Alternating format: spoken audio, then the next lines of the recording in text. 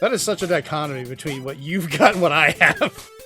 It's like, it's Mario! Here's a dead skull. All right, welcome to the Zenspath Entertainment Network Podcast, episode 215. I'm your host, Jeremy Powers, and joining me this week, we have Steven. April Fools.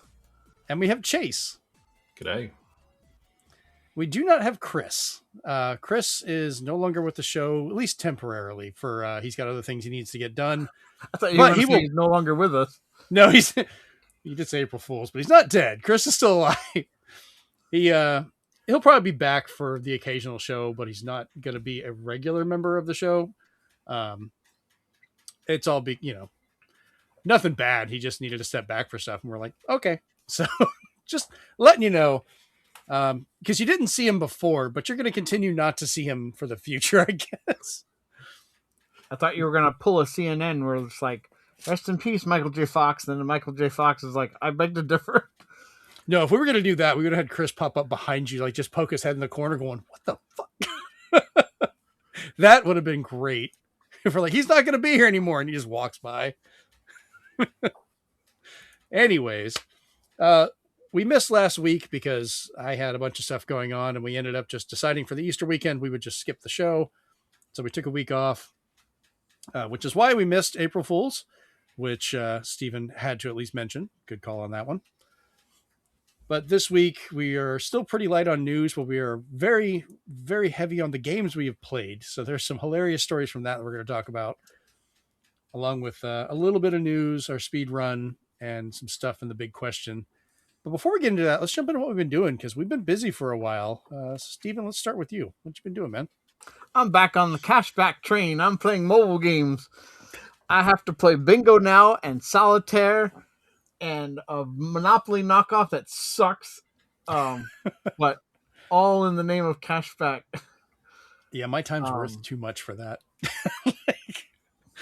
My life is too short to play cell phone games for money. But go ahead, continue, Steve. And then I'm going to save it for the next episode when more stuff arrives. But through much research, I'm actually buying some stuff from Temu.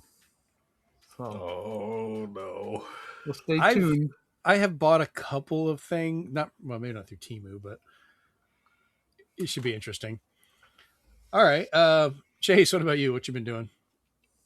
To nobody's surprise, or actually, Steven, you had more stuff. I had one more thing. Okay, you just gotta sit there quietly, and I'm like, something else was erroneously added, but the stuff that the other thing was, I've forced Chris to play Vampire the Masquerade Bloodlines 2.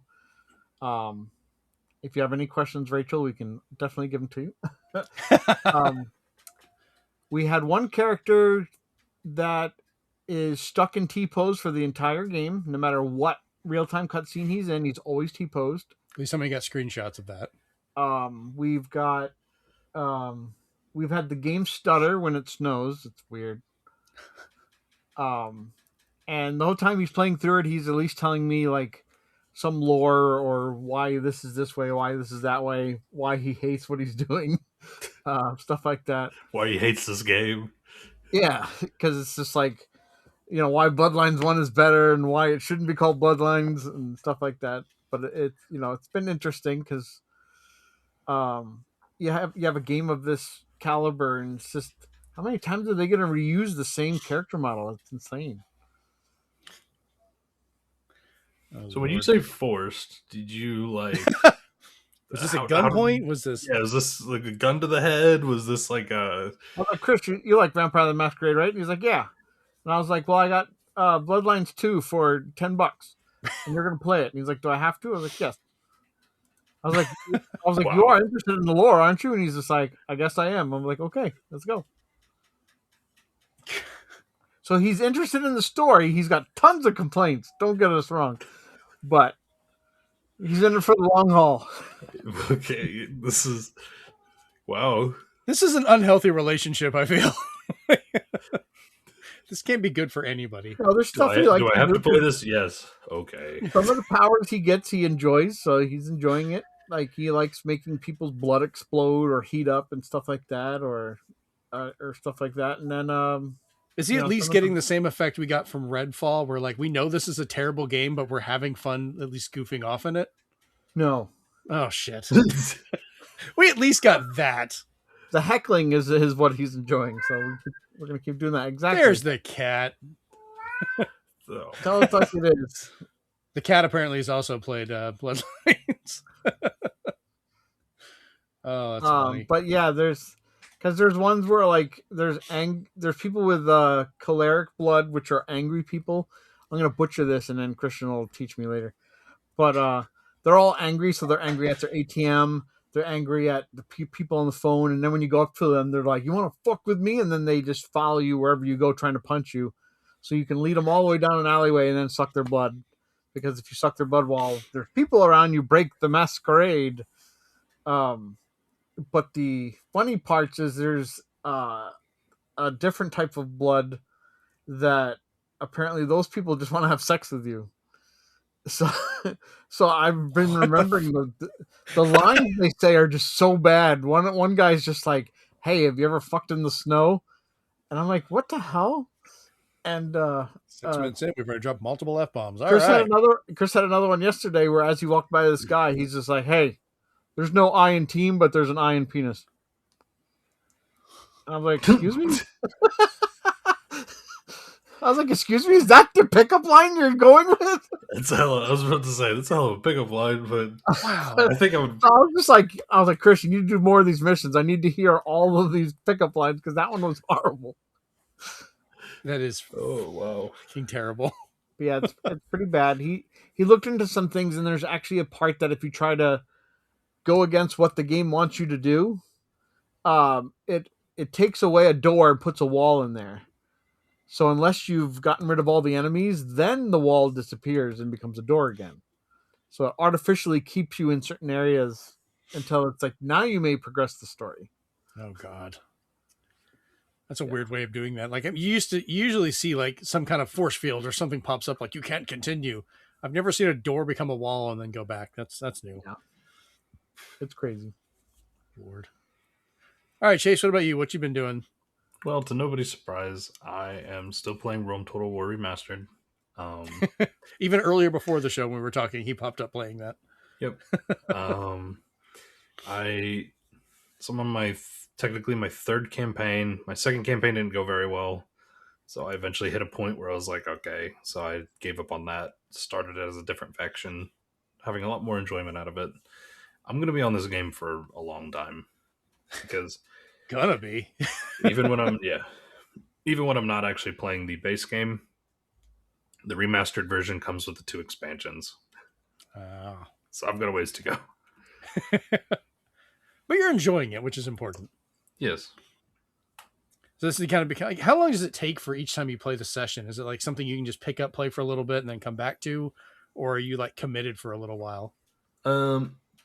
So the actual campaign you're committed to for a little while, but the actual like how you play it, like if you wanted to get on and just play like, because the way it works is it's turn based in the sense that like when it's your faction's turn, you move stuff around, you move your armies around, you decide like what your settlements are going to build, like what buildings are going to build, what units you're going to make for the turn.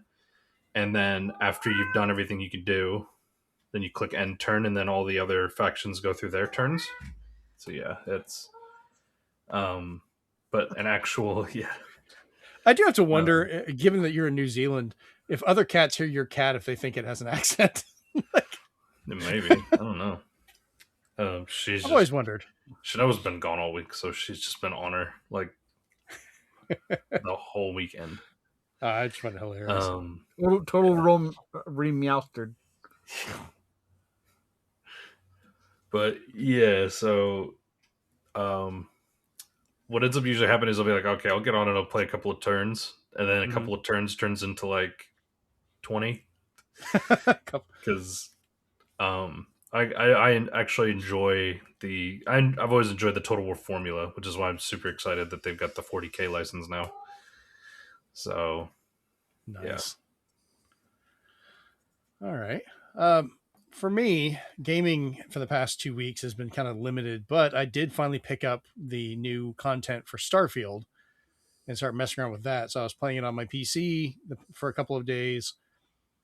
Tried playing it portably, but it was having some trouble on my Legion Go, which I got to figure out what's going on with that. But then I could play it on my Series X, and it still plays well on there. They've given you more options for graphical fidelity and so forth. So I just kind of put it down to more of a locked 30 and just left it there. And it does, I'd rather it run consistently and look better than kind of the jitteriness that it was kind of having and screen tearing. But I'm still having fun with it. I like the fact that I can take older items and weapons and things that I had that I would like to keep, but were getting outdated, and I can start leveling them up with a new material you can find. Nice. So, they've got this armor that's called the Mantis armor, which is this whole mission involving what's basically Space Batman, where you're finding, this place where the person that was the Mantis, where their hideout was, and you go through a series of traps and this whole stuff to get into it, to earn the right to have it.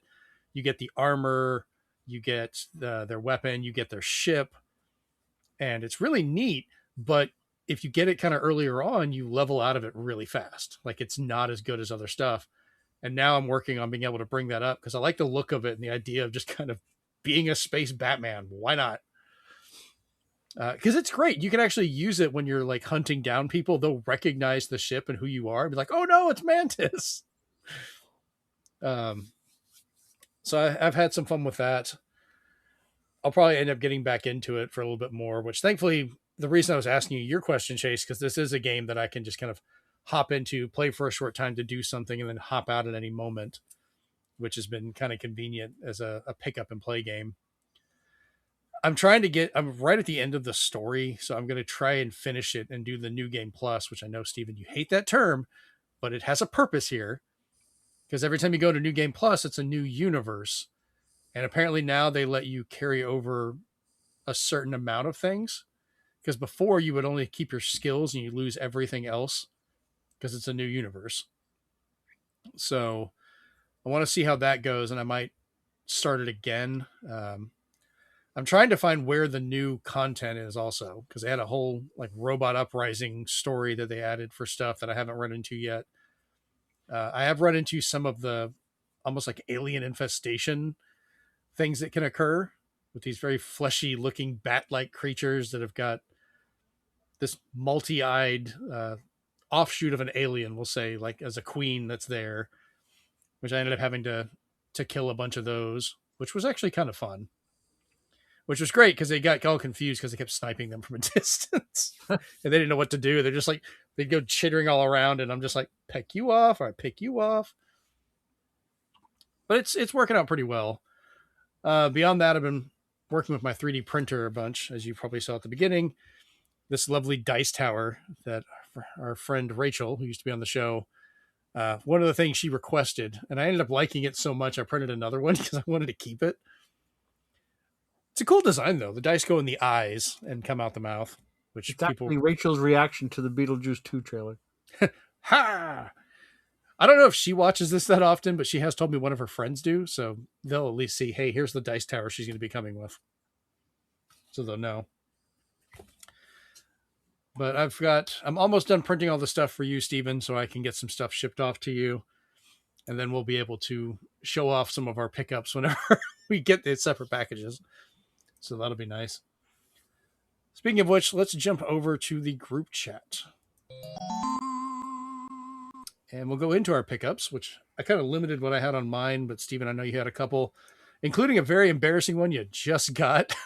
We're like, will he show it off, or should we just make him? So we got Hello Mario, which is the toddler book. I bought 2 of them so I can play with one and play with Mario's face. Doesn't that sound childish? Then I can go and have a Monopoly with Mario and friends, the Galaxy version.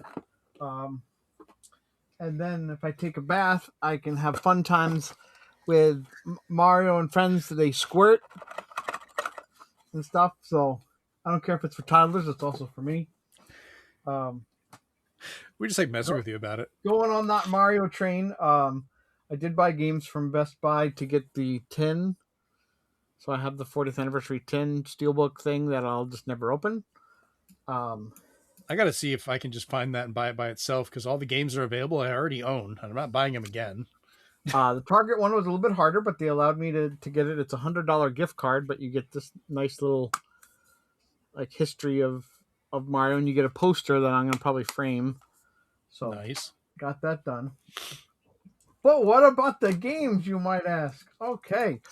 We got some classics that Chase is probably so excited. We've got Sports Camp, a 35-game adventure, up to 4 players, split screen, of course. We got the Smurf-tastic collection that comes with Smurf cart.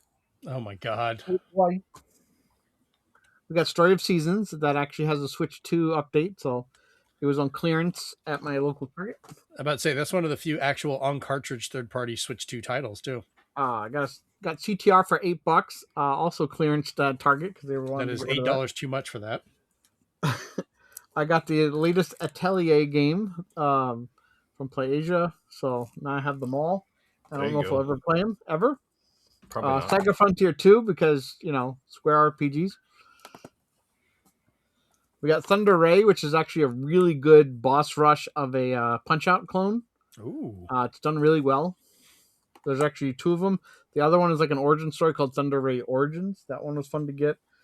And I got a code in the box. It's the Taiko Rhythm Adventure 2, which is a UK code in the box. So that should be interesting. But I made sure to get Switch 2 games. We do have Virtua Fighter now, which actually is a really good port. If you just want it digitally, it's only $20. But if you want all the extra stuff, costumes, artwork, soundtrack, yeah. I got Hades 2 because Target had to buy 2 Switch games, get $30 off. That's a And great when game. it was glitching out, it was glitching out for $60 off, but then they fixed it. Hmm. That would have been nice. I got Mario Tennis Fever because I needed to get the Steelbook. So Ooh, we can play now. I have that as well. That's a good tennis game. I've actually really enjoyed it. And then just before we started, I got Neo, which is supposed to be a Metroidvania type game. I'll see how, or Hollow Knight type game. I'll see how it is. But yeah, I got plenty. Okay. Chase, I didn't know if you had anything this week. No, I'm a bit bare at the moment. Yeah. Jesus. I'm just going to, I picked up some more stuff and I'm just going to go through a few of them. I did finally get my 40th anniversary pin set that came out.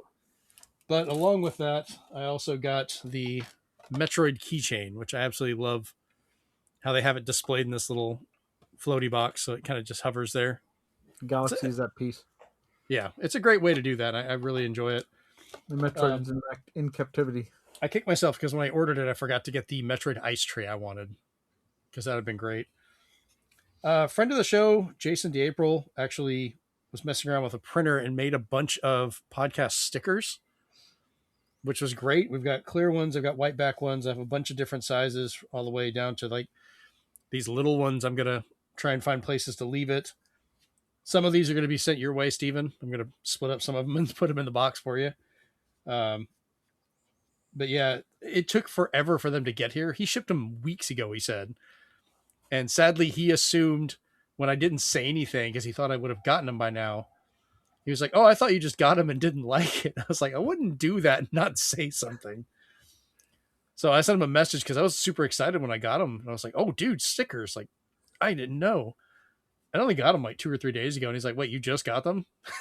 So we appreciate that. They're nice stickers. Thank you very much. The last thing I picked up a while back, Chase, your love of tabletop games and stuff, you might get a kick out of this. But when I saw it come up online, I had to pick it up from one of our local stores. And that's the Marvel Superheroes Player's Guide. This was back in, I think, like the late 80s, early 90s, which you can kind of tell by the art style, because that's a lot of the character art from around like the Secret Wars era, Silver Centurion version of the Iron Man armor, and so forth. And the fact they had She-Hulk in the Fantastic Four back then. It's a cool little book to go through. It's got like the whole chart on the back. It's got a good amount in here. Nice. But I just couldn't pass up on this one. Much as I love comics, it'd be kind of a fun way to play. Like, I'm already having trouble getting people together to play D&D. Let's just try Marvel and see what happens. Beyond that, I did get a bunch of other games and stuff, but I'm going to leave that for another time for a lot of stuff. I did pick up Samba de Amigo for the Wii, which I could be shaking these and annoying the shit out of people, and I'm not going to do that. As tempting as it may be. But we do have a bunch of games that we have been playing together, so we'll talk about those. Starting off with Demeo Cross Dungeons and Dragons, which we actually finished. All done. Yeah, we didn't realize we were within minutes of finishing the campaign when we saved Talk it to last this guy time. to end the game. We'll play next week. Okay, let's play. We talked to the guy. We won. And we had to go in, like, what was it? A small fight in the woods with some wolves, and that finished the entire game. Where we're like, oh, okay. Yeah, that game was freaking out on me. It kept putting the title screen or the map overlaying with the game. I was like, stop doing this. I think you're a prime candidate. You're a prime candidate to get a Steam machine if they ever come out with it, just to replace that laptop. I think Chase would agree, because every time you send screenshots of your games, he and I are like, what the I hell? refuse. You have to work on either the Steam Deck or my laptop, otherwise you're going on the console. Your laptop barely works at all. Like, that thing is... Commando was playable. Which was? Playable. Toxic Commando was playable. GTFO literally told me that when I tried to play it on my laptop. It said, hey, GTFO. Like, okay. Yeah. Toxic Commando is the most air quote use of playable I think I've seen in a while. It looked like one of those bad ports that shows up on the Switch 1 when it was like a Series X and PS5 title, and you're just like, no, this shouldn't be here. It means it scales pretty well, though. There you go. It tries to. But I wanted to get your thoughts on because we played through Demeo prior, and now we're played through the Demeo X Dungeons and Dragons. What were some of your favorite additions or changes to this one since it came out? And Chase, we'll start with you on that one. Better selection of characters. Just a bigger selection. Not necessarily better, but bigger. And I think it's only going to get bigger because when they started, they had the Paladin, Fighter, Rogue, Wizard, and what was the other one? Bard. I'm trying to think if there's any other ones that I'm missing. And then they added the Warlock. Yeah. Which I'm sure they're going to be adding more characters too, and more. Yeah, so I imagine what do they have left? They've got there's a Ranger. I forgot about the Ranger. Mm-hmm. That's in there as well. But so they're probably at some point they've got a Barbarian. Barbarian would be fun. I mean, we had the fighter that I've been using, or the dwarf one, but yeah. So there's still a Barbarian class that they got to add. There's still a Artificer class. There's still a Sorcerer class. I think those are the three that they're missing. So we'll probably get 3 more characters, maybe. Nice. They still kind of haven't. I guess that's discussion for a little bit down the line, but I think with the other thing that I really liked was the skill checks, the random skill checks that would just pop up like when you're playing a game. I kind of wish we had more of those. Yeah, they did kind of most of them were kind of the generic, like you've stepped on a tile, it started to glow red. What do you do? Right. Or there's a hole in the wall. You put your arm in it, or do you? Yeah. But I kind of like the customizability of the characters as well, because when you select to create a character, you can't necessarily create a character. Basically what you're doing is you're selecting a character, like one of the pre-generated characters, and then you can set up like, oh, I want to run. So like for instance, with a Paladin, you could say you want to run strength as your main stat, and then constitution as your secondary stat. But you could also be like, well, actually, I want to be more of like a support paladin, so I'm actually going to change that to charisma, because charisma will give you like better spell casting. So that's Right. So I think that's also quite neat. That's something that you didn't have in Demeo that we have here, which I quite like. All right, Stephen, what about you? I'm going to start off with some negatives first. You can call them nitpicks if you want. And that was, I did not enjoy Lilith from Frasier being my announcer, because it's the monster's turn. It's not the foe's turn. But they're not all monsters. All monsters to me. And then the what do you call it? The other one was the. Now I forgot. It was so bad I forgot. But I enjoyed having the, like Chase said, having the little instances that would happen throughout the game where we think we would just be walking normally. And it's like, you stepped on something. What do you want to do? And you choose it based on your charisma, your wisdom, intelligence. So that brought the D&D element into it. I also like that, like he said, it made a little customizable, that some of the weapons you'd unlock, they would give like a weird blade to the wizard, and I'd be like, why does he have that? Oh, it's because it does this kind of magical effect. But then you can go back to the staff if you want to kind of be further out type of person. And then what do you call it?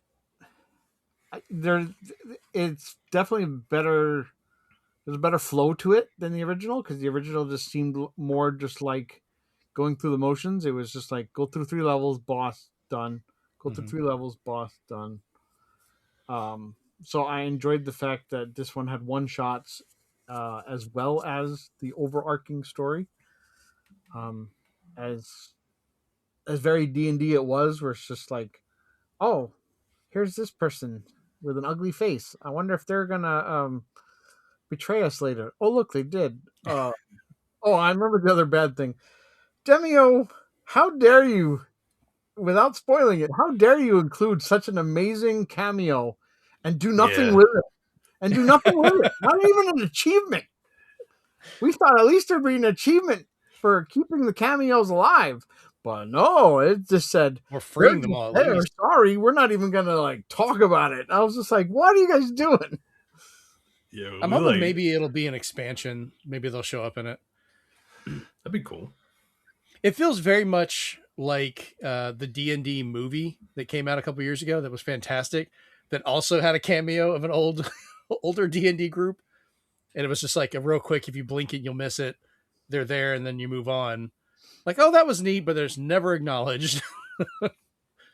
This felt kind of like that.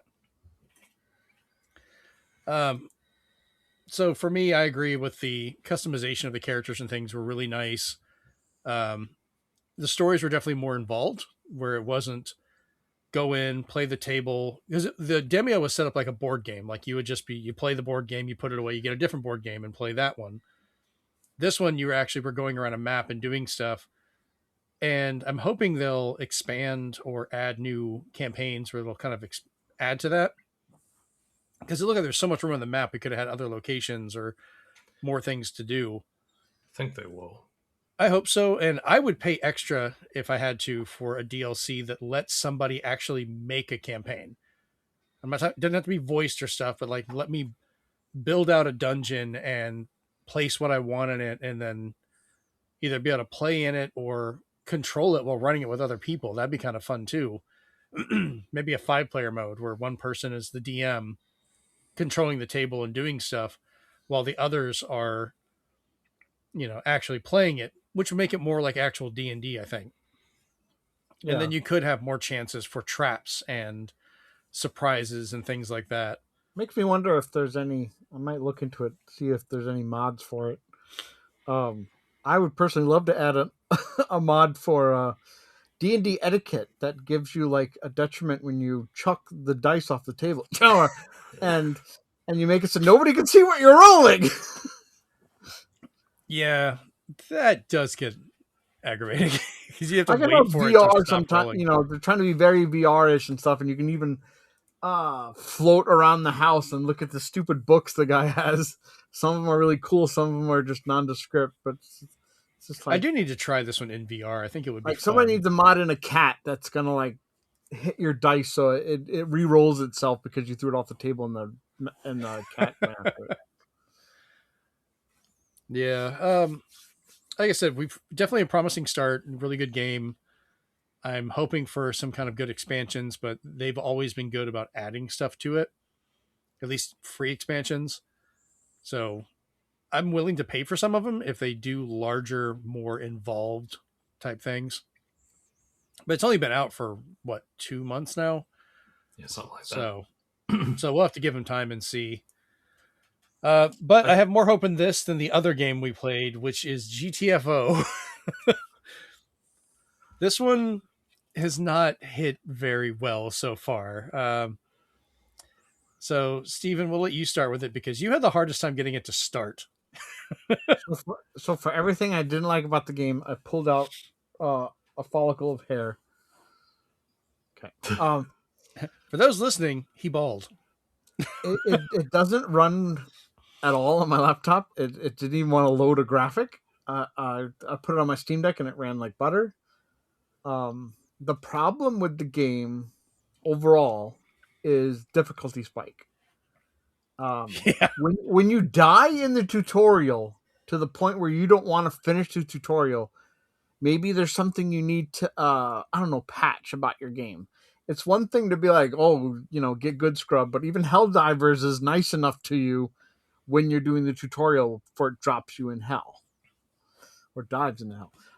So this game just made it like, I know it's supposed to be a roguelike. I'm fine with roguelikes. Right. But when you make the tutorial difficult and then the main game you just keep dying like a lot, you're not easing us into the game. We're not understanding the maps or game mechanics yet because we're getting tossed.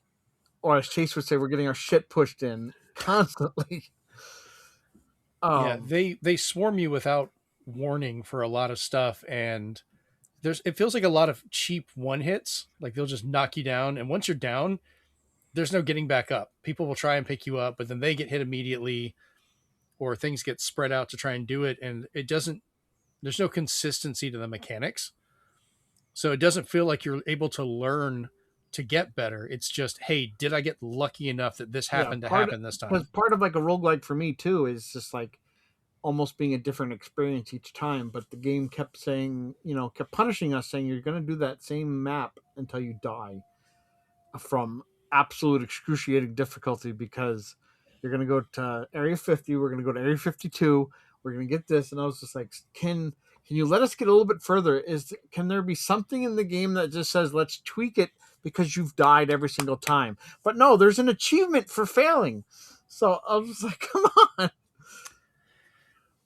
If they can turn down the difficulty, the game could be more enjoyable because then we can see how everything works. We can find our footing and then decide, like Helldivers, let's move up a difficulty level. But to just be like, welcome to hell, bitch. You're basically telling me to GTFO. It's some annoying mechanics. Like, it's not very friendly playing with the controller because there's too many times you have to literally remember to type in code on their terminals. It's on a menu you select from. And I hate the fact that the whole time you're playing, it tells you what you need to look for. But as soon as you get in the terminal, that goes away and you have to remember the exact keystrokes of what you're supposed to type.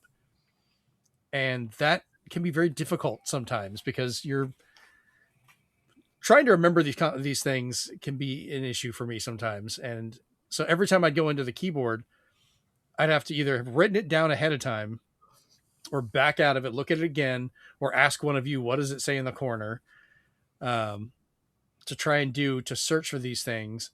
And then it'll tell us where it is in general. Then we got to figure out a way to get to it. It's just not your heart was. I feel like I'm bashing my head against it.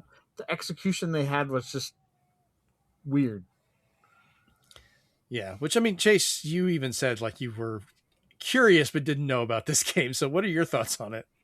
Yeah, I mean, I just remember seeing like the trailers and stuff back when it got released. I was like, oh, this looks interesting, and I think overall it's like an interesting concept, but maybe it just didn't. Definitely didn't deliver on the finish. I don't know, but It needs more time in the oven. Yeah, because I saw some streamers play it a while back, so I was like, oh, it's this game, but they didn't have the same problems we did, and I don't remember them having to play Twister by like stay in the 4 random red circles to open this door type of mechanic. I was like, all right. yeah, And that never made sense. It didn't tell me like, oh, you've got this one unlocked. Like, do we need to all be in at the same time? Do we have to, one person can cycle through them? We're used to playing It would Space make us Marine repeat where, it. Like, where in Space Marine you're in an area and then it says get ready for the incoming horde, and we're like, got it. yeah, We're brace not, for like, impact. Let's, we're not having to split up to like, step on switches or anything like that. Like, yeah, we'll split up because we like doing that because it kills us. But this one like strategically made you split up to stand on red circles to open a door, and I was just like, who built this security system to be fired? Yeah, there's a lot of quick damage that you seemingly cannot dodge, and like these little creatures, whatever they're doing, seem like they can snipe with that stuff. Like they're hitting you across map with headshots and stuff and dropping you, and there's no way to actually heal unless you just get lucky enough to find a healing patch, and then you only get so many uses of that, which can't fix everybody. Which I get, it's supposed to be difficult and challenging and limited. We're still on the first fucking level. Like, there's a whole list of other levels we're supposed to get to, and we have yet to get to those. And it's just like, this is not how you start your game off. Like, we'll try it again, but I think Chase, even you were the one to suggest maybe we should try something else. We're all getting frustrated. yeah. I could tell that people were getting frustrated, so I was like, you know what? Like, let's just end the day with content warning. Yes, let's go ahead. Then we'll go to content warning. It was quite funny. So the only thing I will say, the one mechanic that I liked, because I do have an appreciation for unique things. I actually enjoyed the terminal thing. I thought it was actually I thought it was interesting, just because it's one of those things that I don't think anybody else has really ever tried. And in a way, I thought it was I was like, oh, this is kind of clever once you get your head around it. Because like, I'd jump on the terminal, I'd be like, hey Swan, what was that again? It was purple what? Key purple what? And he was like, oh, I'd be like 435. Sweet. So then checking it real quick. Funny story to that. At work, I was trying to set up a printer at work, and my IT guy was like, oh, can you open up the command prompt? Can you ping this printer? And I was like, I know how to do this now. It's not the same commands, but I get it. Yeah. It was ping space and then like whatever. But I was like, yes. So that was funny. But anyway, I thought the terminal thing was kind of clever. I did like on the map when Jeremy found out, like, so Jeremy started drawing on the map with like stuff. He's like, I think we're supposed to go to this store, and he'd like circle it with his cursor. I was like, oh, that's clever. Okay. Yeah, they need to figure out a better way to do the typing for those of us that don't have a keyboard. Because like Steven's playing it on a Steam Deck, and if it runs fine, that's great. But you have to try and pull up the on-screen keyboard or have it. Well, surprisingly, that was actually something that was very intuitive, because as soon as I went up to the terminal, it automatically opens up the on-screen keyboard for me. Okay, I've had a lot of games that don't do that. Just the game said it will recognize, because I think I even downloaded a custom control scheme, but that wasn't part of it. I just thought it was cool that my on-screen keyboard comes up. That's why I was able to use the terminal. Yeah, the one it's games that luckily this one didn't, but it's games that try to shoehorn mouse controls to the point where you can't map it to a controller. That makes it too hard to play. But this didn't do that. You could use the right analog stick to move the mouse cursor around to click on things, so it was fine, and the on-screen keyboard came up. So that actually wasn't a complaint for mine, so I was okay with that. Well, that's good. I wish you could make the text bigger, because even when I was playing on the Steam Deck on my TV, I was just like, why is everything like so like old school that I can't properly read what the ping says? It was crazy. The controller mapping is not intuitive at all. No, that's one of my biggest complaints. No matter what I did, I had to use the back buttons on my Stadia controller to crouch, because I couldn't change crouch to, I don't know, B. Yeah, I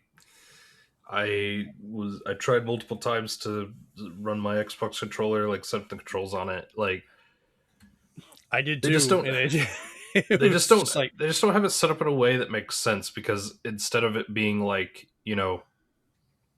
instead of it being things like sprint, crouch, like flashlight, switch weapon, like simple actions, so that way you understand what you're doing. It says like action 1, action 2, Yeah. action 3, like I'm like, I don't swap remember all item, those. do this, do that, stuff. And so I actually ended up playing it on my keyboard and mouse, which it ran fine on. So actually it wasn't necessarily a massive complaint for me. I'm a little bit uncomfortable with keyboard and mouse because I haven't had to ever do that before. I've always played all my shooters on console. I have the same problem. I mean, physically, it hurts after a while playing on a keyboard and mouse with me because I've got a messed up wrist. So controller is just more comfortable and just what I'm used to for a lot of stuff. And yes, I get the whole argument of, it's not as accurate. I don't give a shit. I want comfort. Like, I don't care. Yeah. I mean, it's like, to each their own, but like, I didn't necessarily have a problem with the whole aiming and the using it. So actually it turned out to be like a non-issue for me, but yeah, it was different. Because it's just something you're not used to. But yeah, the controller mapping is pretty poor. I mean, we own it now, so we're gonna have it no matter what. So hopefully they'll update and tweak some stuff as we. Yeah, I'll be looking for mods or updates. Yeah, because we have so many other good options already available to us. It makes it really difficult to stick with a game we're having problems with. It's like, why are we continually butting our head against this when we have so many other things we could go and play, which is what Chase was eventually like, hey, let's go to this other better game, which was Content Warning, which has always been absolutely hilarious for us to play. And once again, did not let us down. And this time I tried crossplay because I bought it on the Xbox. And it ran really well. Yeah, I wasn't aware of that you were playing it on there. How much was it? Like $20? $10. Oh, it's 10? $10. It's on PS5, Series X, and Switch 2, and they're all cross-platform. With Steam, not with each other, with Steam.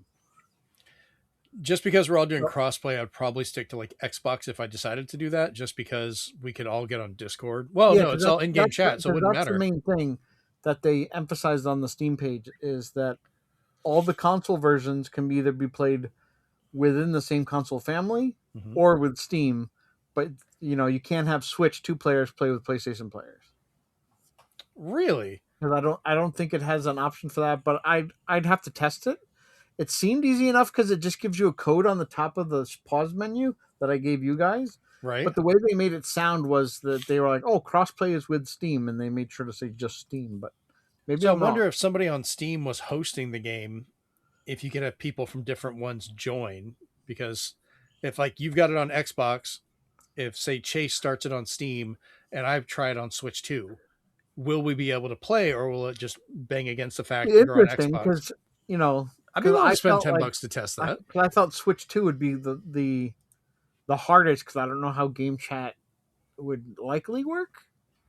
It would use the in-game. It'd probably use the microphone because it's going to be it's a built-in chat. It's not using game chat. But but Switch does that weird thing like when we're playing Resident Evil, where like you have to have everything through the headset, and I'm like, that's not what I want. I want my audio out of my speakers, but I want the chat in here, and I still have to test Resident Evil 6 with my wireless headphones to see if we can have chat and have the audio come from the TV like it's supposed to. Yeah, I mean, this one I think would be different because we're not using game chat. We're using their proprietary chat that's built into the game. So I might buy that just for us to test it, because I'd be kind of curious to get the Switch 2 version and see what it does. But, we had our usual fun of messing with that. We hadn't played it in a while. So speaking of updates, we had a whole bunch of new creatures we'd never seen before, including the walking egg beater, which was kind of weird. They just kept running into stuff and then getting stuck in a corner. We had the spider button. Yeah, the little walk around. I pushed it. It didn't do nothing. Well, let me push it 4 times and see if it does anything. It explodes. Yeah, we got that on film, which was great. Whatever happened, Chase, between you and I, we thought it was like a snake, but it was like a weird Chinese finger trap that stuck us together. So we were tethered to each other. We survived, but we were very confused. And at one time we didn't find anything, but Chase is just like, "There's a robot behind us," and he threw us all over the place. And I was like, "Oh, okay." Yeah, we'd seen the long-armed mime guy before, but he was there one time. The little insect guy that was like cutting us in half, that was new. And then there was the big, what was it, like the big rock creature, whatever, that grabbed us and just threw us through laser walls, like just yeeted us everywhere.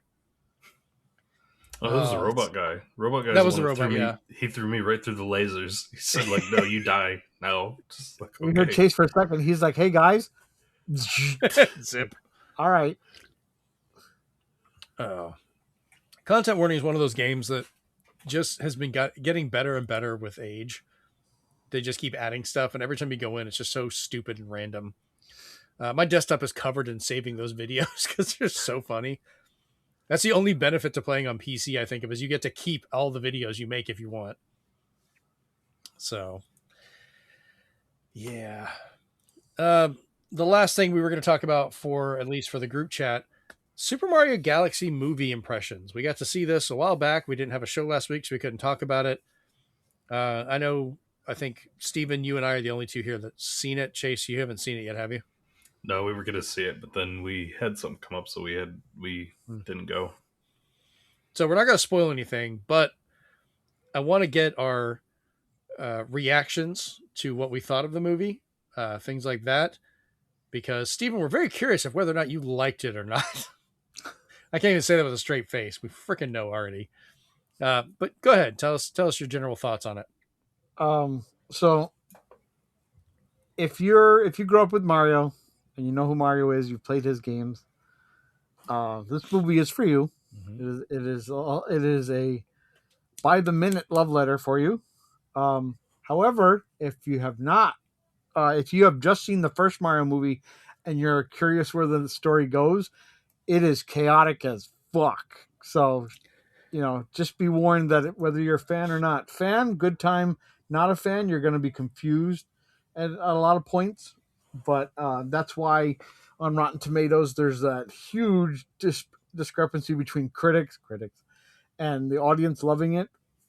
There are so many Easter eggs. The guy who did, I read about the Tyler who does the soundtrack, and he said over 30 like hidden nods to Nintendo games, but he didn't do it just to be a nod. He made sure Nintendo approved it and said that was a good use of it. He did the music from his hospital bed because he was getting over a serious brain disease that he actually beat. So that was really cool. And when Koji Kondo, the creator of said music, was getting his Lifetime Achievement Award, they're like, "Who do you want to present it?" He's like, "Tyler." Like to pick the composer to present the award to, the most influential like video game composer out there was a big deal. Yeah. There's some cameos that are unmistakable, and I will say yes, though that's definitely the cameo. And then there's a couple that I'm like, you guys are stretching, and I refuse to believe it. There is some new lore that people will either take as gospel or not. I'll take it as gospel because Nintendo worked on the damn movie. They did come out and say, and I won't say what it is, but they did mention that was the original intent when the game was being developed and they were writing up the story. So that was kind of neat. So no, it was great throughout. There's 2 after credit scenes, so make sure to stay after that. Yes. For the visual viewers, fuck these people in particular that buy 30 popcorn buckets, because mine were all sold out. So I have to either pay the $20 shipping and wait till August to get mine, or I have to find a theater that gets a restock. It's sitting in the other room. I'll have to go check mine, but I got some of the other stuff, but yeah, everybody was out of the Yoshi, and I was just like, but it's the premiere day. Like, why are you selling so many to scalpers? But it is what it is. I went to see it at the Alamo, so they played a lot of Japanese Mario commercials beforehand and showed like a few mini Mario movies, the Super Mario show. So if you like that type of stuff too, and you see a lot of like Japanese products with Mario on it, that you're like, I didn't know they made something like that, like different rice and curry. It was really cool. Apparently, Florida doesn't like scalping because everybody in Florida found their popcorn bucket with no issues. Some people bought 2 or stuff like that, but some people, I guess, in other areas bought 10. I stuck to 1. I was being fair. But yeah, there's tons of nods in it to other Mario games too, which is nice. So again, if you're a Mario fan, like, it's the greatest movie of all time. Okay. So we went and saw it. We went and saw Project Hail Mary the night before, which was also absolutely fantastic, and I highly recommend people go see it. It was a great, great movie. But they had already, because they were prepping for the midnight launch of Mario, started selling these early, or a little bit around that time. So Amanda and I were just like, nah, screw it. We went ahead and picked it up before they ever sold it to anyone else. So that's how I got my Yoshi. We hadn't even seen the movie yet. We saw a different movie the night before and then just put it in the car. But as for the actual Mario movie itself, yes, if you're a Nintendo fan of any type, you will find references all throughout it of different stuff. I keep seeing different breakdowns that are like, oh, here's a different one that we found that, this was referenced or that was shown. Huh? There's some deep cuts in there. Well, like there's a scene, which I'm not going to go into great detail, but when you're in New York, if you look really quick at the beginning of it, you see Little Mac and Doc go right across the screen.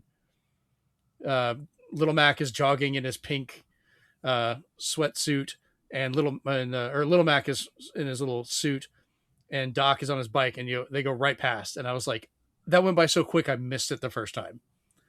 I don't know if I blinked or an Easter egg to my second favorite movie, The Wizard, in it too, which I was like, I didn't catch that the first time either. That was great. I was like, I can't believe they fit that in there. So I was like, sweet. Yeah. There's references to so many games, so many characters, so many TV shows and previous movies. Like they tied stuff back to the original Super Mario Brothers movie from the 90s. They tied back to the Super Mario Super Show with Lou Albino and all them. They had some of those little references. All kinds of other games showed up. We already knew about like Pikmin. They already announced about Star Fox, which Star Fox played more of a role than I thought he would. And so help me God, they've got to be prepping for a movie for that. I still stand by the fact I saw Samus's gunship. It's a blink and you miss it, but damn it, happened. It was there. I refuse. Why do you refuse? Doesn't make any sense, so it's not in there. None of this movie makes sense. That's the point. Star Fox was explained. Star Fox was explained because he came from another dimension. But Super Mario Wonder now, so they weren't originally. They had to add that in. So I mean, that's just accepted. But no Metroid. Nope. That wasn't no gunships. Her gunship was in there. That was the Super Metroid style gunship. I know that by heart, and I will put a bet down. We'll pick a game, guys. We'll pick a game right now, Steven. If you go with this, we'll pick a full price Nintendo game each. If you're right, I will buy that game for you. If I'm right, you will buy that game for me. How will we ever know? When it comes out on 4K. Because you know damn well we're going to buy it. And I'll go frame by frame. I already pre-ordered mine from Walmart. I wasn't able to pre-order mine yet, but I will be getting it. So I will make that bet. I think that was her gunship. It was on the left-hand side of the screen during that quick cut as it went across. I'll make that bet. No, it's not in there. We'll determine what game it is, but we will keep it at a reasonable value. No collector's editions. We're not monsters. This is a fun bet. I like this. Jeremy's going to get the Smurftastic collection. Where is it? Right here. Oh, no. We get to pick which game the other one buys. You are not... I don't know. I'd probably still take it, but still. You know what my collection is missing? Little Samson. Okay, I said reasonable, damn it. I'll buy him He-Man. Actually, Little Samson is getting re-released on limited run games, so we could do that. I'll get him He-Man on Commodore 64. I literally have that right here. Swan's like, I could use another copy be a Panzer Dragoon saga. Actually, I know. I think this was in television. So, yeah, I think this was the Intellivision version. So, yeah, Commodore would work. I'd be fine with that. So, I enjoyed the movie. I agree. The story was kind of, it ended quickly, like very conveniently, just kind of ended. But most of the movie was just the adventure of going through stuff. And it does feel like it's setting up for other things. I know they've already said there's not going to be a Smash Brothers thing. That's what Miyamoto said they're not working towards. But there will be more movies. There will be more crossovers. And there will be more popcorn buckets. That scalpers will be assholes about. I'll go check our theater tomorrow and see if they got a restock in. I'll pick you up one. So I'll be both happy and then disappointed in my theater at the same time. That's fine. I can just throw it into the package. I'm going to be sending it anyways. But yeah, I enjoyed it. I'm looking forward to see what they come out with next. I thought the whole story with Bowser and Bowser Jr. was very well done. I was kind of wondering how that was going to go, and I liked how that ended up. Yeah, I actually laughed at a lot of the jokes, so they did a really good job. Yeah. It takes a lot to make me laugh in a movie theater, so I think it's because they didn't they didn't dumb it down for kids at all. No, they did not. There were so many references for people of all ages. Like there's references that were well older than most of the kids that are watching it. Like probably some of the adults watching it were not old enough to see some of this shit. So especially if you remember the blue star from the first one. Yep. That one shows up Very too. dark. Yep. All right, let's go over to our first little bit of news this week. So this one I thought was weird and wanted to talk to you guys about it, but Sony is opening up a chance for PlayStation Gamer to be added into the game, starting with Gran Turismo 7 via what they call the Playerbase initiative. So this will be available to players in the US, Europe, Asia, South Africa, and Australia. But an application has to be entered, which answers some questions about your experience on PlayStation. From the people that are chosen from that application, they'll get to do video interviews that will dive into their connections as they grew up or with their life with PlayStation. And then one player gets picked from all of these that will be scanned in and be able to be put into some of the PlayStation titles. Starting with Gran Turismo 7, they'll get an in-game character portrait, their model, they get to design a car with their own livery on it.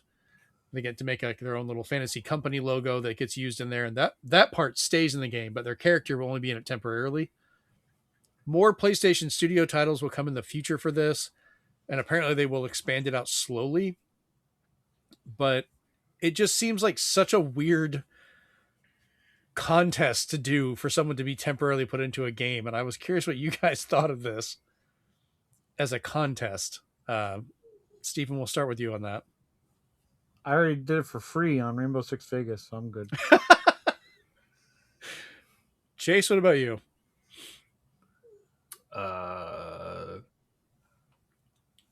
Okay. You don't want to try an interview, like a job interview to try and be put into a PlayStation game? No. Because I wonder, like, the EULA behind this, like, do they get the rights to your likeness? Like, you're going to become a character, they just get to keep the scan and throw you in the background to do whatever they want? Just become an NPC in real life. Oh, God. Isn't that slang now? Yeah. It is, but they could be like, oh, it's literal. Okay. It just, when somebody calls you an NPC, you can be like, yes, I actually am. Here, play my game. I'm in this. I agree with Steven. Like, we've done stuff like this before. Not to this level, of course, but you can already make your own liveries and things in games. There is technology and cameras. Sony has one on the PS5 you can get. That could potentially scan in your likeness and things to use in games. They just don't do it that often. So it just feels weird to make this huge contest, basically, to add somebody temporarily to a game. And it's such a weird step for PlayStation to do for marketing. I don't get what the draw for this is going to be. It's not uncommon, wonder. Though. They did like massive tournaments to with like Gran Turismo to get somebody into a real racing car. That's true. They made a whole movie about it. Yeah. Gran Turismo is based on a true story. And then they didn't even actually tell the story truthfully in the movie. They never do.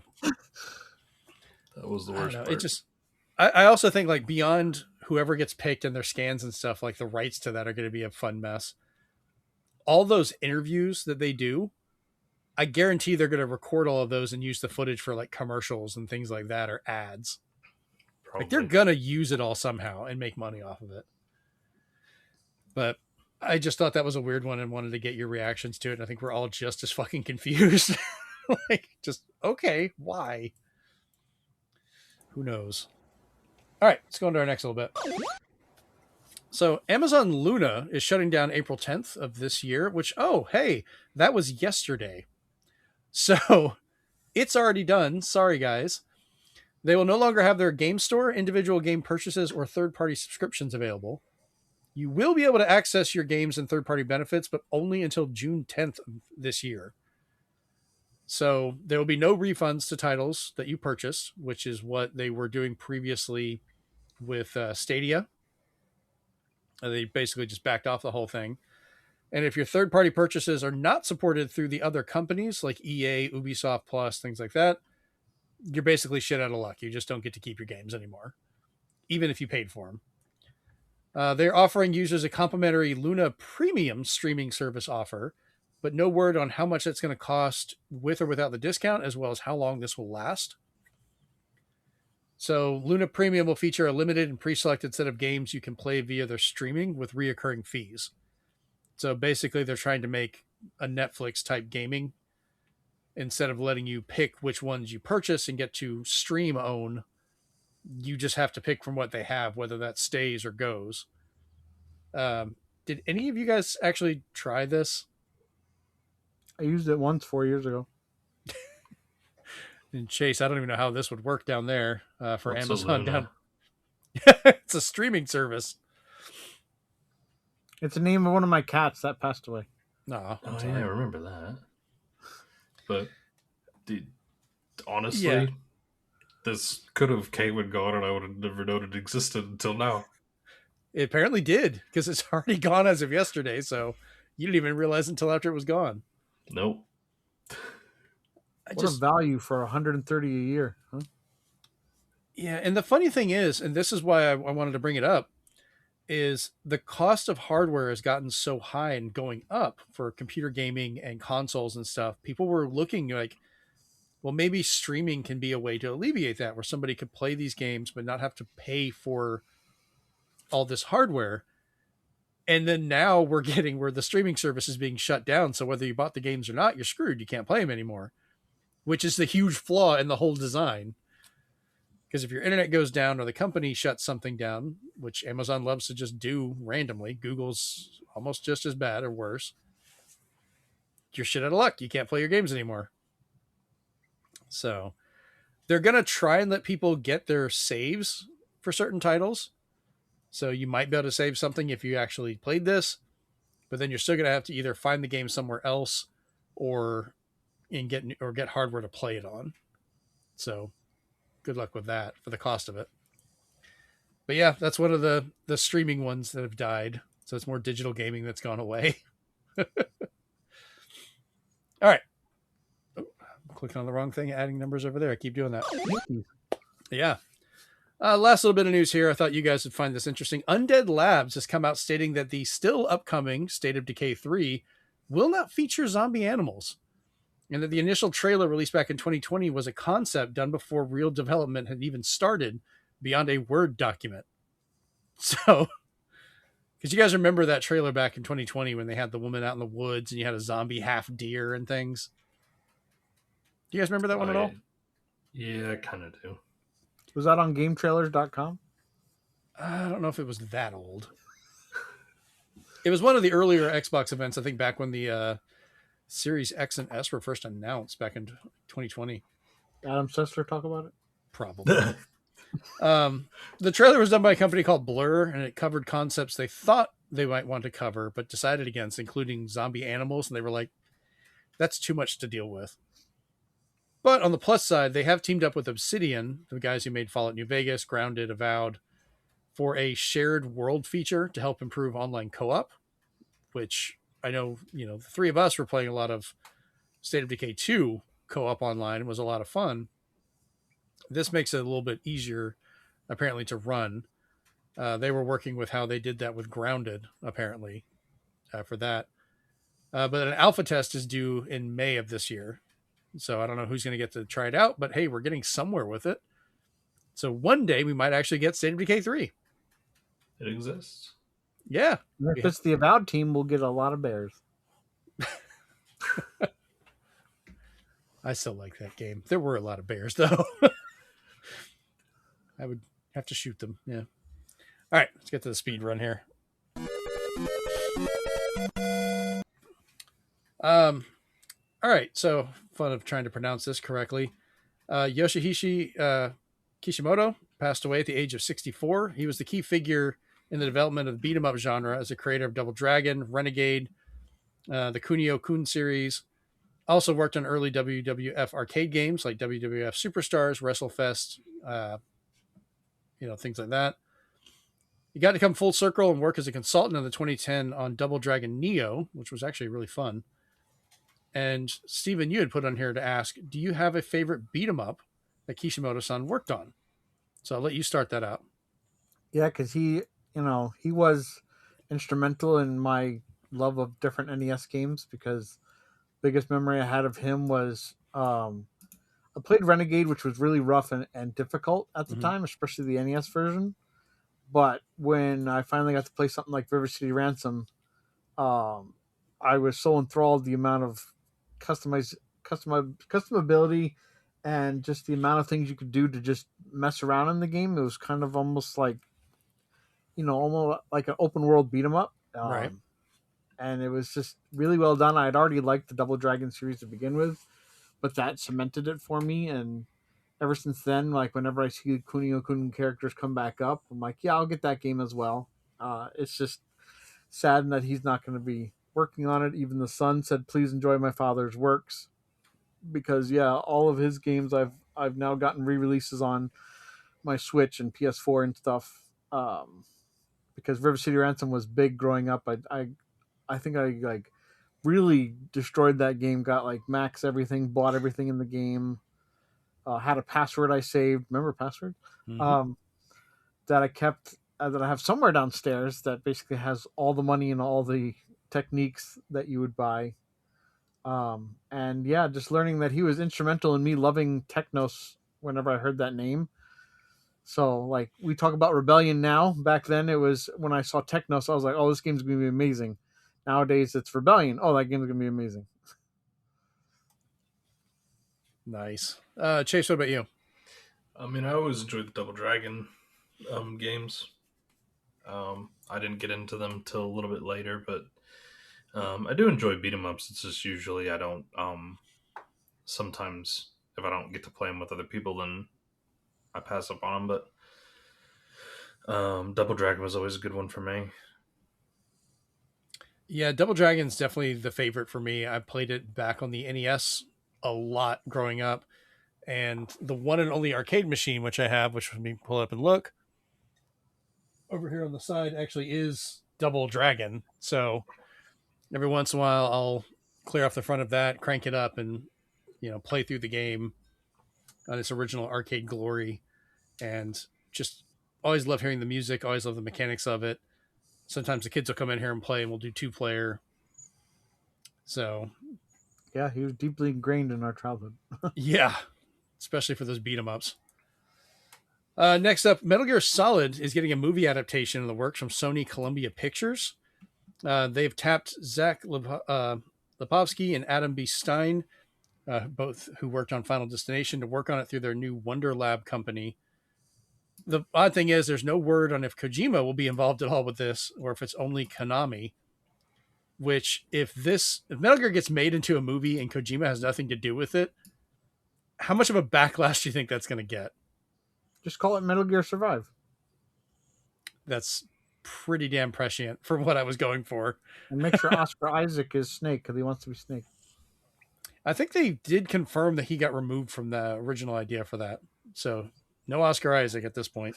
First, no Batista in Gears of War movie, and then now this. Like, let them be who they want to be. Dang it.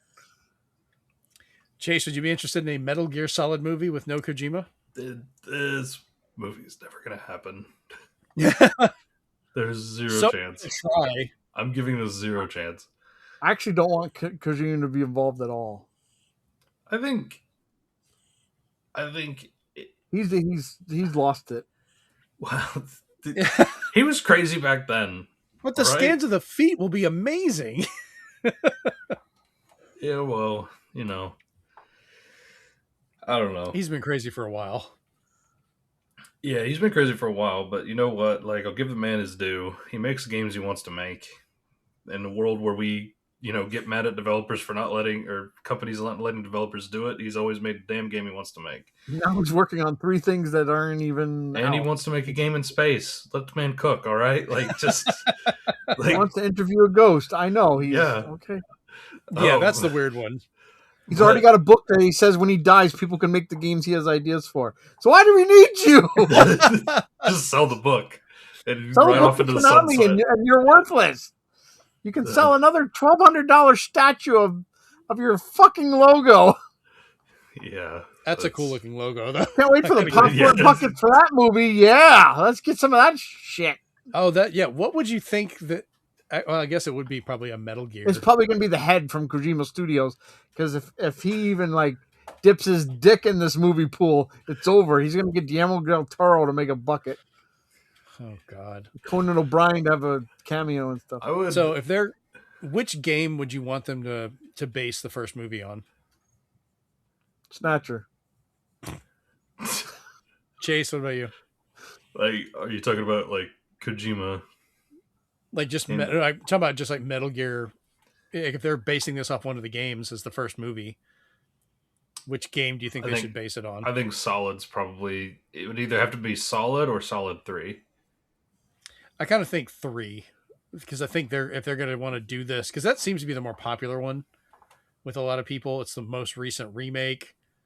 It's fresh in everybody's mind right now because of the remake. Yeah, but and it's technically the first one. Yeah, like chronologically speaking, yeah. But I think Solid, just because I don't know. I'd be good with that. I think it lends itself to being more like a movie anyway, because, oh God, I got to actually mention the name. Twin Snakes tried to make it like an action movie. So it kind of lends itself to being more of an action movie to begin with. But, to a point. I mean, that's kind of what Kojima wanted. Like, he tried to do a lot of cinematics with a lot of this stuff. I kind of wonder, though, if it would be better to start off with actual Metal Gear or the original Metal Gear 2 Solid Snake, because the story is, no matter what, like, it's going to jump off at weird spots. Even if you start off with the original Metal Gear Solid, the story's convoluted as fuck. If they give us the original Metal Gear, then they got to get Tom Berenger as Snake, because that's who he was. Yeah, touche.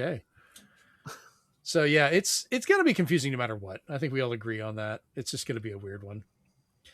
All right, let's jump over to the big question. Almost hit the wrong button again. I almost hit screw you, buddy. That'd have been great. Just in the middle of it, just screw you, buddy.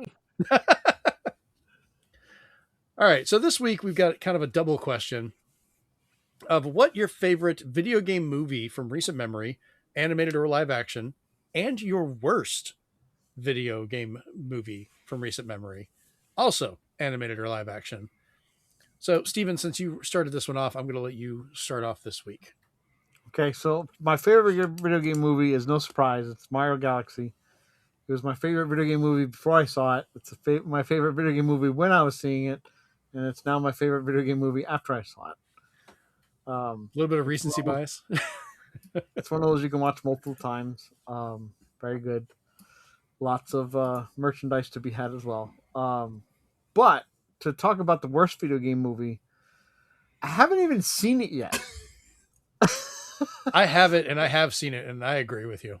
But the trailer is just, what the fuck? So it's one of those like because it's hard to find. Okay, and they made a sequel, but basically it's House of the Dead, and the reason I put it in the worst over all these other Yui Bowl movies is because for some ungodly reason, not only do you have the point where they're like, we're not gonna even take an inkling of any characters from the series. We're just going to have a bunch of people who are on an island. A zombie shows up, and then things go crazy zombies, and they all just have to fight. And for some reason, even though they're on an island fighting zombies, somebody had the genius idea to just cut in game footage that makes no sense into the battles. So Yep. while you're watching them try to kill zombies, you suddenly see the arcade screens, and you're like, "Why am I seeing this? What are you doing?" I remember the poster from what I for can it. think of, it's one of the few, if not maybe the only, video game movie that just puts footage in there for no reason. Yeah, because I remember the poster for that one, because I actually do own that one, and it's so bad. It's just so the poster is probably better than the actual movie, and it That's doesn't the power even of it. It's so really bad. make sense of it. Yeah. Chase, what about you? What are your favorite and your most hated? Or worst? So I don't. To be honest, I haven't really watched a ton of like movie adaptations from based on video games, but the one that I have seen that I really enjoyed was Street Fighter. So to me, it's Of got course. exactly. It's got a bit of a cult following, and Bison was that was chef's kiss. Like that was the right actor for the job. But for him, it was just Tuesday. Exactly. But Raw Julia's last role. from the worst, I put no Swan wasn't Tomb Raider because actually they did pick the right actor for that role and she did well. Yeah, and the movie wasn't And too then- long, so that's good. Yeah. But no, it was Doom. But it's one of the it's bad. You have to give it. You have to at least give it to them that the part of the movie that took the most time and effort was the only one that's memorable. Is the first-person shooter element Yeah. that people were like, "Why didn't you make the whole movie like this?" There's a movie now called Hardcore Henry, which basically means Doom could have been done. Yeah. Yeah. I will say, Chase, as I showed you before the show, Doom actually has an even worse sequel that came out. Yeah. So Which I didn't even know existed.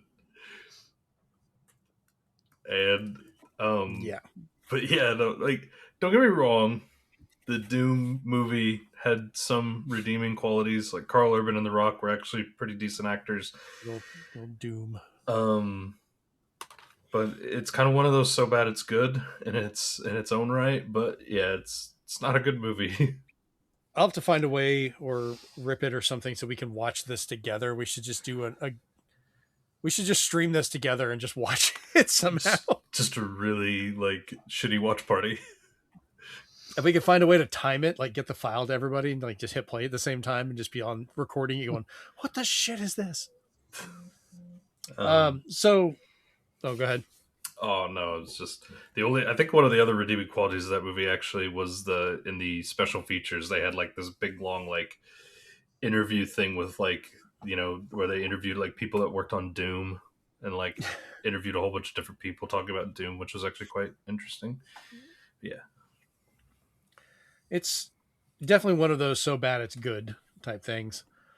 For me, my favorite video game adaptation goes all the way back to 1995, and that is the original Mortal Kombat, because that was the first video game adaptation I ever saw that I was like, oh wow, this is actually following the game and doing a lot of really impressive and cool looking stuff. Had great fights.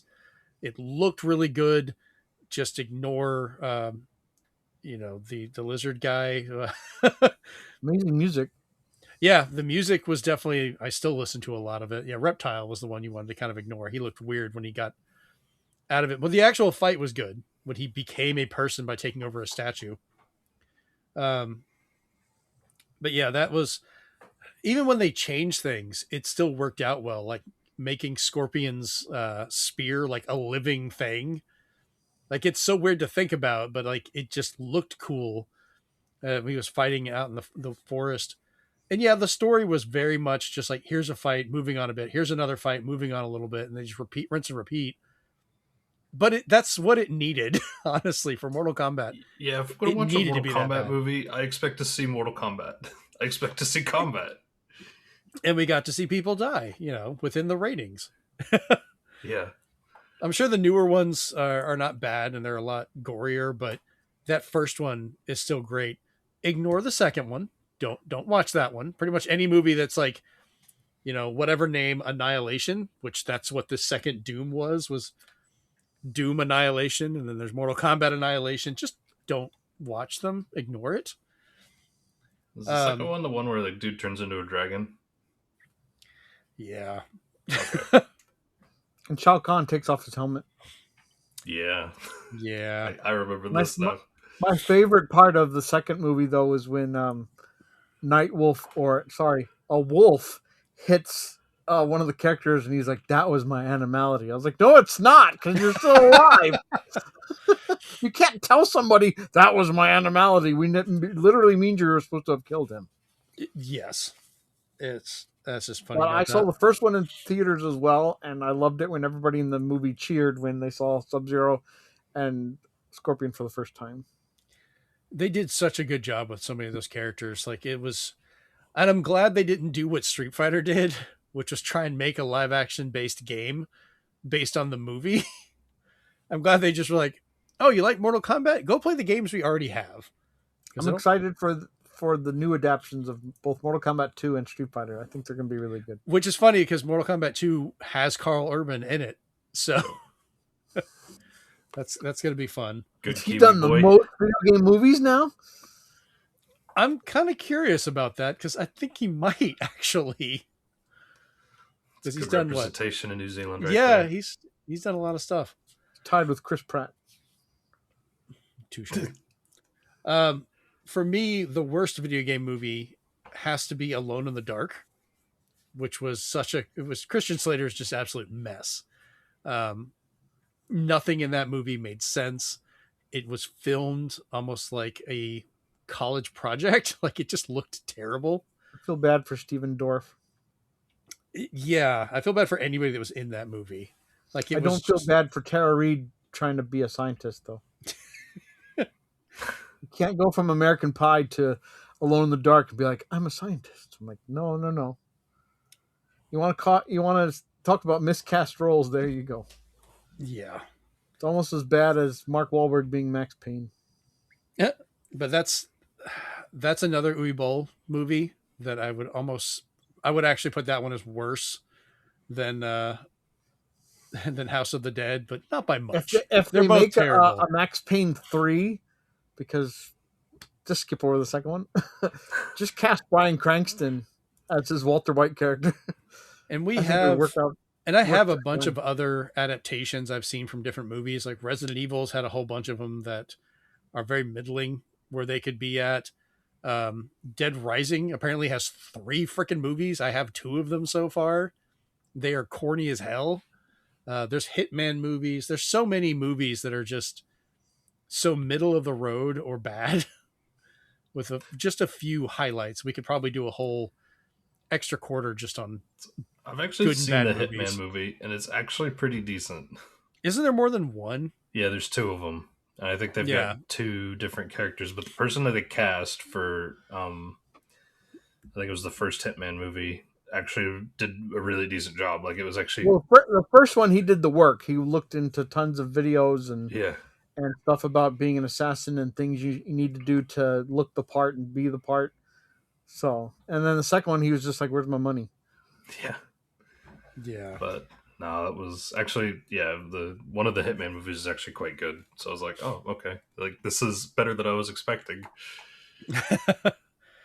That's what I'm saying. Like, some of these movies they're not great, but they will surprise you. At least you have fun watching them. So. Because I know, Steven, you and I are both ones that try and collect all of these. So I look for them whenever I travel. It's not easy. Wing Commander is getting harder and harder to find. Wing Commander I have not run into yet. I've kept an eye on it. Dead Rising was just complete coincidence. I think I have to import the one that has the subtitles, but apparently the Dynasty Warriors movie wasn't that bad. So I still haven't seen Monster Hunter, so that might very quickly become my most hated because I don't know what they did to that series. It just looks like such a weird take on the movies, but we shall see. All right, let's go ahead and wrap everything up. Oh, man. This has been a light news week, but a fun discussion with some hilarious little topics here. I'm suffering from a bit of a head cold, so you get to deal with that. But as always, if you are watching the video version of this, you can find the audio version wherever you find your podcast. Just look for the Zenspath Entertainment Network Podcast wherever you look for it. If you're listening to this, we have the video version over at youtube.com/ZenspathCom. You can also find all of our links to everything and all of our other stuff over at Zenspath.com. On any of these, feel free to leave us a thumbs up. Subscribe to us if you want to get us, the videos a little bit quicker. Or you can, leave us a review either on the audio or the video version. We'd like that. It helps us out a lot. But yeah, this has been episode 215 of the Zenspath Entertainment Network Podcast. Hopefully we'll have some more news next week and we'll dive into it then. Peace. Mario squirts. Scan my feet, Sony. That's a Kojima thing. He would do both of what you're doing and like it. This has been a production of the Zenspath Entertainment Network Podcast by the staff at Zenspath.com. The show is created and edited by Jeremy Powers. You can find the video edition of the show on our YouTube channel at ZenspathCom. The audio edition is located wherever you find your podcasts. Links to all versions of the show, as well as to our Discord where you can talk with us directly, is located at www.zenspath.com. Please leave us a like, thumbs up, comment, and review where you can to help us grow.